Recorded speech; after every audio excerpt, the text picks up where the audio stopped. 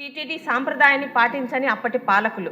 అధ్యక్ష, ఈరోజు హిందువులే కాదు ఏ మతస్థులైనా వెంకటేశ్వర స్వామిని దర్శించుకోవచ్చు. అయితే ఒక డిక్లరేషన్ మీద ఒక సాధారణ కండిషన్ పెట్టాం అధ్యక్ష. అప్పటి అబ్దుల్ కలాం గారు కానీ మరి మన ఉప ముఖ్యమంత్రి గారైన పవన్ కళ్యాణ్ గారి సతీమణి కూడా ఈరోజు ఆ డిక్లరేషన్ మీద గౌరవంతో సంతకం పెట్టి మరి అక్కడ వాళ్ళు దర్శనం చేసుకున్నారు అధ్యక్ష.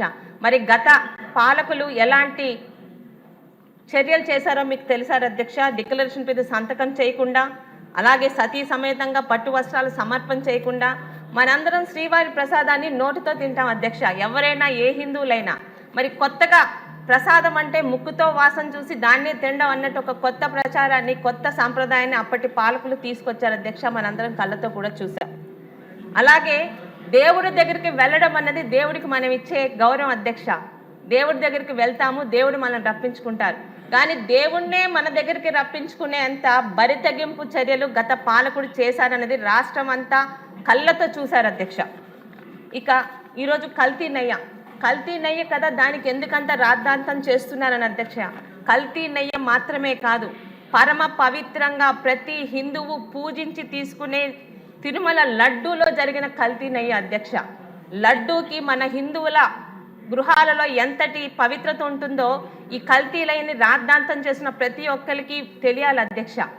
ఈరోజు సంవత్సరానికి ఒక్కసారి కాదు, జన్మలో ఒక్కసారైనా వెంకటేశ్వర స్వామిని దగ్గర నుండి ఒక్క నిమిషం కళ్ళారా వీక్షించుదామని అనేక మందికి కూడా దొరకనిది లడ్డూ రూపంలో మన ఇంటికి వస్తుంది అధ్యక్ష.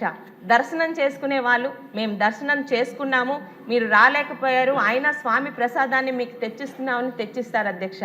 ఆ ప్రసాదాన్ని పరమ పవిత్రంగా వెంకటేశ్వర స్వామి మన ఇంటికి నడిచి వచ్చాడు, మనం వెళ్ళలేకపోయినా అమృతంగా మనకు ప్రసాదం పంపించాలని పూజ గదిలో పెట్టి శుచిగా స్నానం చేసి ఇంటిళ్ళపాది కూడా ఆ రోజు ఆ ప్రసాదం తీసుకునేంత పరమ పవిత్రమైన లడ్డూకి మన హిందువుల ఇళ్లల్లో ఉండే స్థానం అధ్యక్ష. అది ఈరోజు ఏంటి అధ్యక్ష, లాక్టిక్ యాసిడ్, ఎసిటిక్ యాసిడ్, మోనోగ్లైజరేట్స్ ఏదైనా ఒక కెమికల్ ల్యాబ్లో పనిచేస్తున్నామా వాటిలో కలిపేదని ఆలోచన వస్తుంది అధ్యక్ష.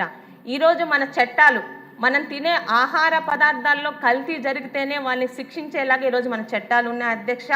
మరి అలాంటిది ఈరోజు తిరుమల లడ్డూనే కల్తీ చేసిన వాళ్ళకి శిక్షలు ఈరోజు మనం రిపోర్ట్లు చదువుతున్నాం, కానీ వాళ్ళకి శిక్షలు ఎప్పుడు పడతాయని ప్రతి ఒక్క హిందూ ఈరోజు ఆలోచిస్తున్నారు అధ్యక్ష.